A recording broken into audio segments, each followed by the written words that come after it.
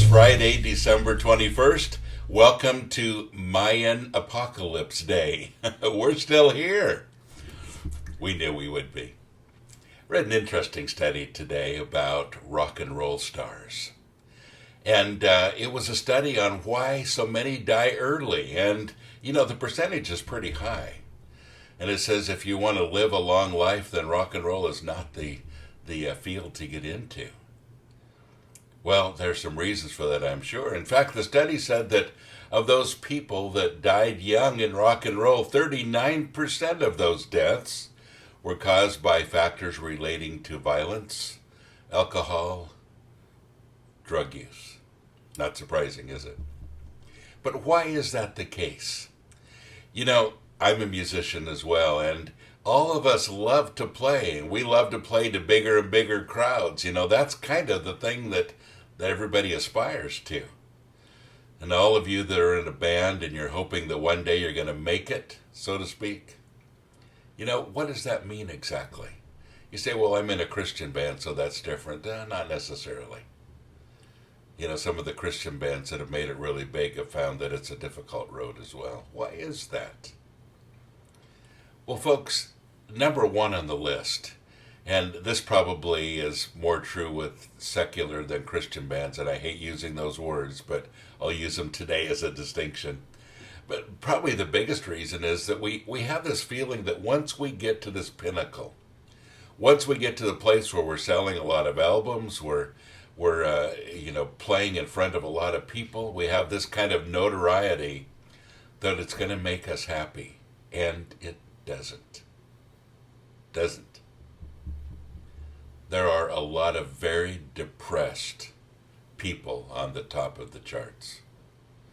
Well, there's a fleeting happiness that happens when they're on stage, but other than that, it can be a pretty disappointing life. Because you always felt like that was the thing that was going to make you happy, and it just doesn't. And that quest for happiness is huge. Well, I'm excited for all of the performers that are becoming Christians these days, and I'm not surprised. Because I realize that quest for happiness, that quest for something meaningful really ends at the foot of the cross. Jesus says, seek and you will find, knock and the door will be opened, ask and it'll be given. And, that's the quest that we're all on. And until we find the answer to that God-shaped void that's inside of each one of us, it's a difficult road. Not surprising that so many performers, so many of those that have died in rock and roll, have died trying to find an answer. Well, it makes me excited today that we have more ambassadors. And I'm glad that there are so many that are becoming Christians, as I said, inside of some of the secular rock and roll bands that have been so popular.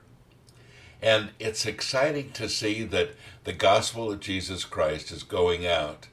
And some of the hungriest people, honestly, are those involved in rock and roll, heavy metal.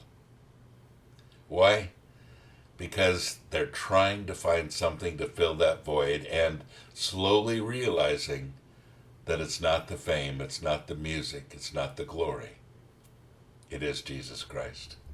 And you know something, folks? That's what we all have in common. We all have this need to have some fulfillment in our hearts, to find that thing that we're missing. And that thing is a person, the person of Jesus Christ. And once you find him, things begin to change. A lot. And I'm excited for that. But folks, here's the bottom line. There are still those that really are searching, not just inside of rock and roll, but in the world today. You have people around you that desperately need an answer, desperately need to know about your hope. So continue living your life in Jesus Christ in front of people. Allow them to ask you questions. Look for possible opportunities to share your life with them. Because today, the answer still isn't rock and roll. The answer is still Jesus Christ. God bless you. Have a great day.